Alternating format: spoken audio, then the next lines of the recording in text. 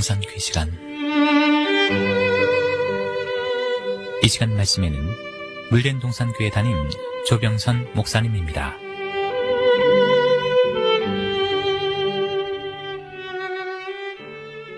오늘부터는 새 주제를 시작하려 합니다. 짐승의 표는 종말 재림의 3대 징조 중의 하나로 종말론과 관련해서 이미 우리 귀에 익숙한 단어 중에 하나입니다. 그러므로 계시록의 내용은 자세히 몰라도 이 짐승의 표 666에 대해서는 세상도 아주 관심이 많아 짐승의 표에 대한 가설이 아주 많이 나들고 있는 실정입니다.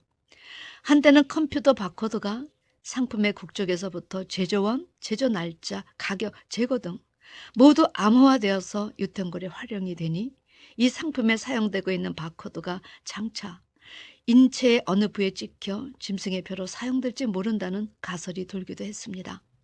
지금은 그때보다 점점 더 과학이 발달하여지니 더욱 다양한 짐승의 표에 대한 가설이 나오고 있습니다.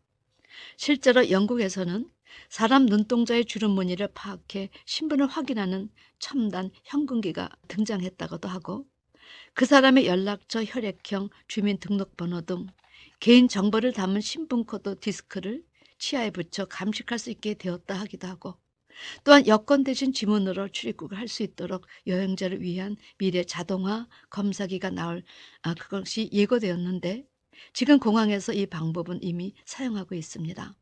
그런데 성도 여러분, 정말 이렇게 우리 생체 내에 내재되는 표식이 성경이 말하는 짐승의 표일까요? 우리는 세상이 제시하는 짐승의 표에 대한 그런 내용보다는 더 성경 말씀에 근거한 짐승의 표에 대해 알고 준비해야 합니다. 왜냐하면 이거 잘못 알아받으면 영원한 불모탱, 인생의 끝장을 맛볼 것이기 때문입니다.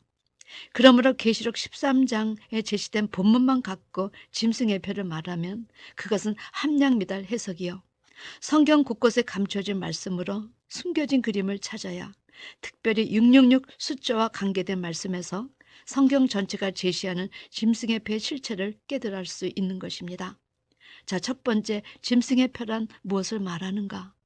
여러분, 표는 카리그마, 즉 어떤 표나 도장처럼 새기는 인, 새긴 표식이란 뜻으로 사도 요한 당시 로마사의 귀족들이 자신의 노예들의 몸에 자기 이름을 새겨서 소유권 확인과 동시에 도망을 가지 못하도록 했는데, 이것을 비유해서 기록한 표현입니다. 그러므로 짐승의 표란 하나님이 그 종들의 이마 인을 쳐 자기의 소유를 표시하듯 사단의 능력과 보좌와 권세를 받은 적그리스도가 그에게 속한 자들을 인침으로 표시할 것을 의미한 것입니다. 666이란 짐승의 표는 사단, 영권과 짐승, 적그리스도의 정권과 거짓 선지자, 교권이 일심동체가 돼서 적그리스도의 소유로 사람들을 인치는 것을 말하는 것입니다. 두 번째, 그렇다면 이 짐승의 표를 받고 멸망받을 대상자는 누구일까요? 계시록 13장 16절에 저가 모든 자, 곧 작은 자나 큰 자나 부자나 빈궁한 자나 자유한 자나 종들로 그 오른손에나 이마에 표를 받게 하고, 여러분, 여기서 모든 자란 인간사의 전체를 표시한 것들로 신분이나 소유나 지위 고하를 막론하고, 작은 자나 큰 자, 이것은 여러분 신분으로 구분한 것이요, 부자나 빈궁한 자, 이것은 소유로 구분한 것이요, 자유한 자나 종들은 지위로 구분한 것입니다. 그러므로 누가 이 짐승의 표를 받는가? 짐승을 지지하거나 그를 추종하여 경배하는 무리 모두, 그리고 경배하고 추종하지는 않아도 짐승의 표를 받지 못했을 때의 불이익을 피하려고 이 짐승의 표를 받아 타협하는 모든 무리들이 바로 짐승의 표를 받을 대상자임을 성경은 제시하십니다. 사도 요한은 이 짐승의 표를 받을 대상을 가리켜 계시록 12장 12절에서 하늘과 그 가운데 거하는 자들은 즐거워하라. 그러나 땅과 바다는 화 있을진저 이는 마귀가 자기 때가 얼마 못된 줄 알므로 크게 분내 너에게 내려갔습니다. 바다와 땅에 거하는 자들이 짐승의 표를 받고 화 입을 자라 제시하셨습니다.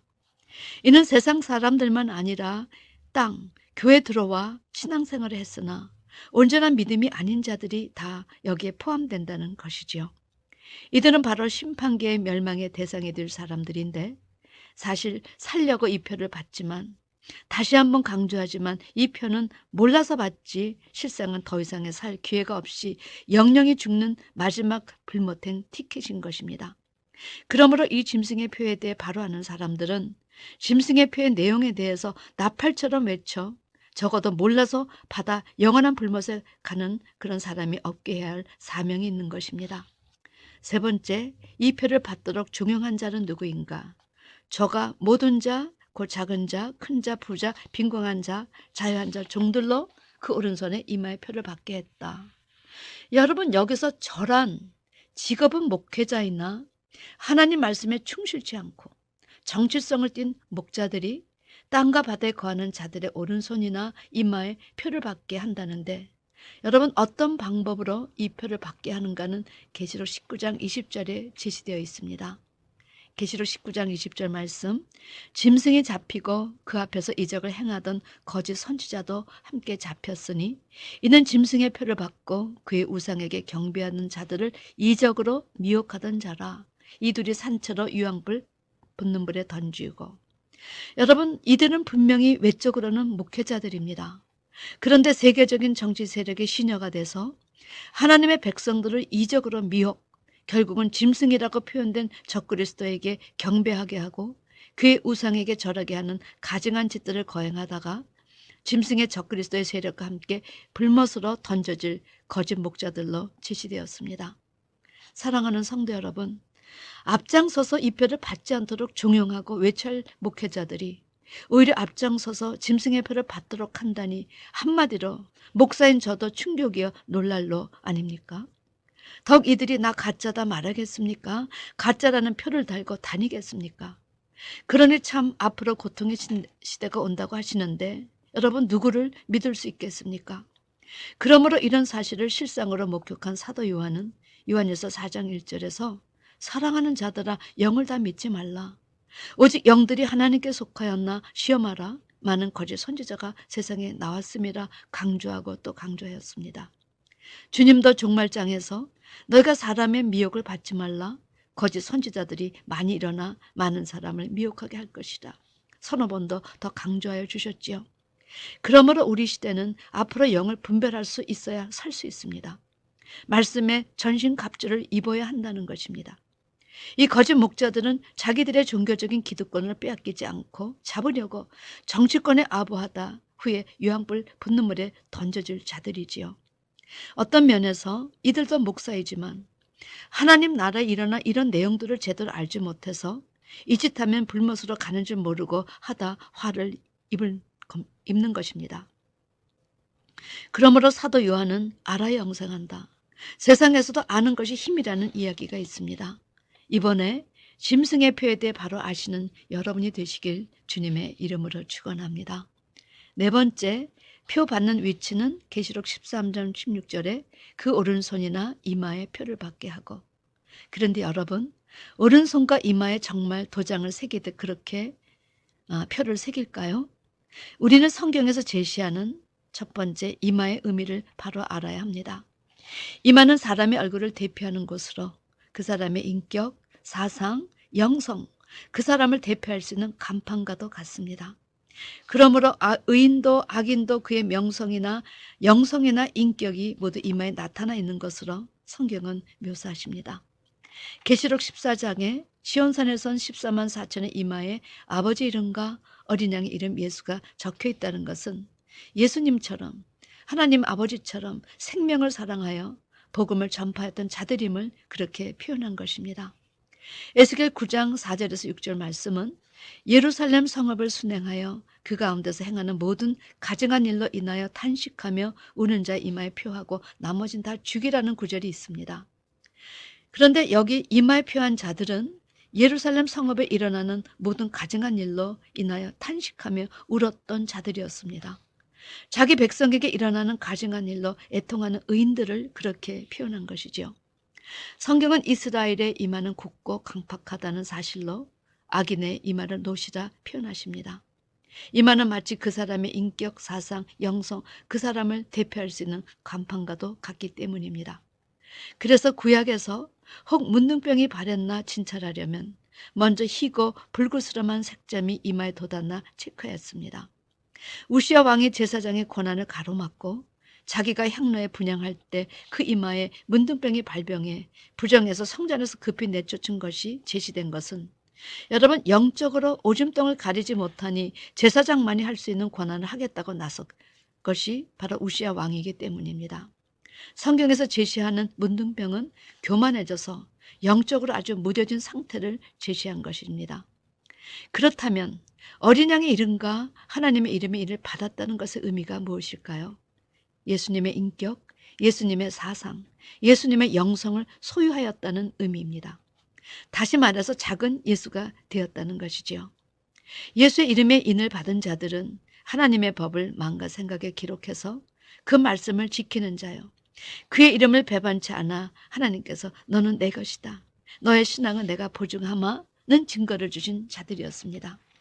성경은 이들이 하나님의 새 언약 백성이요 하나님의 소유된 백성이 되었다는 사실을 그렇게 표현한 것입니다.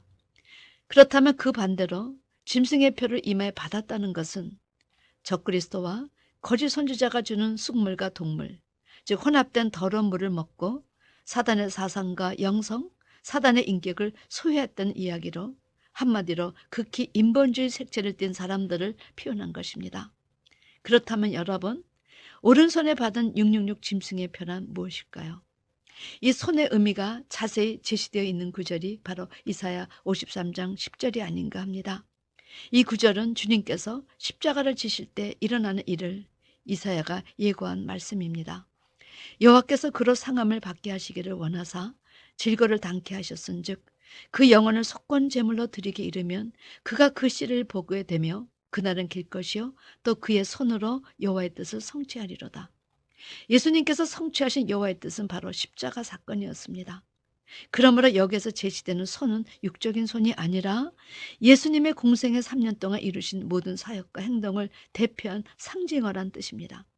따라서 오른손에 짐승의 표를 받았다는 이야기는 사단의 사상, 사단의 행위에 동조해서 복종하거나 따라가는 일체의 행동을 의미합니다.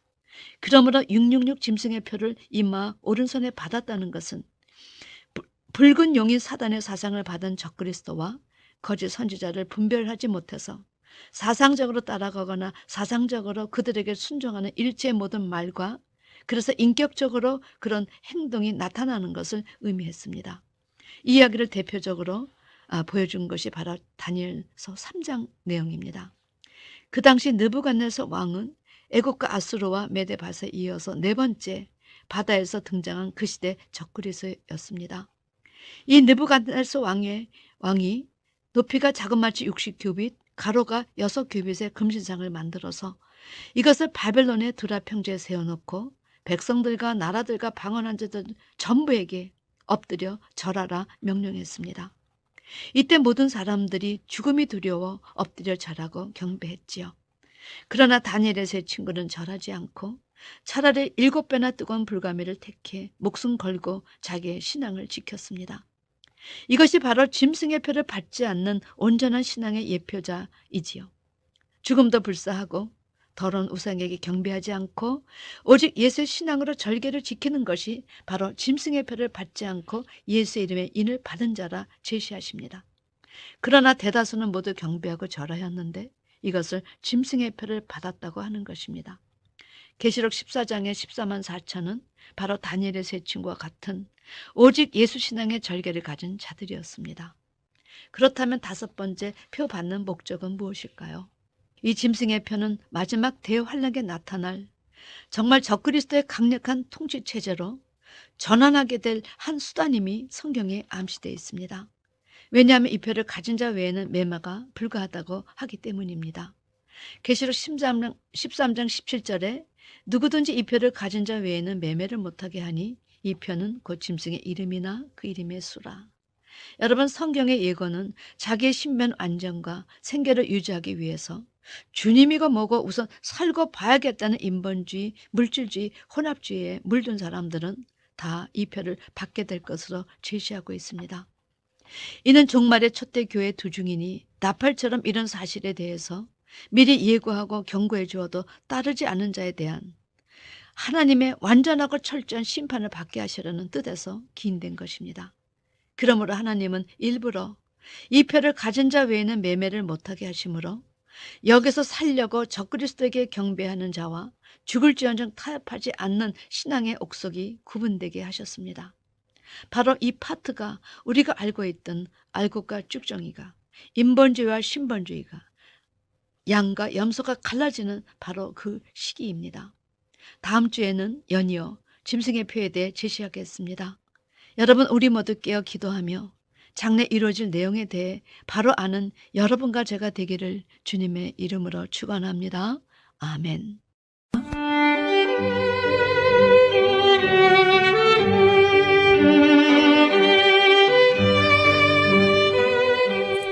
지금까지 말씀에 물된 동산교회 담임 조병선 목사님이었습니다.